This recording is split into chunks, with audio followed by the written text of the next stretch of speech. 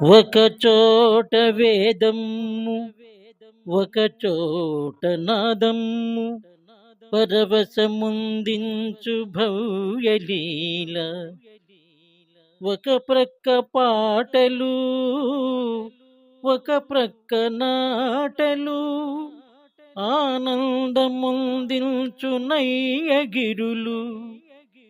ఒక చెంత నృత్యంబు నొక చెంత భజనలు మురిసిరి భక్తులు ముగ్ధులగుచు.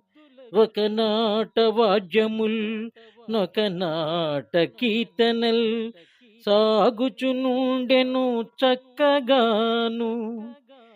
వీణుల విందు జేయగ వినిరి జనులు పరమ పురుషుని చరితంబు భాగ్యమనుచు. శ్రీనివాస హే శ్రీకర చిద్విలాస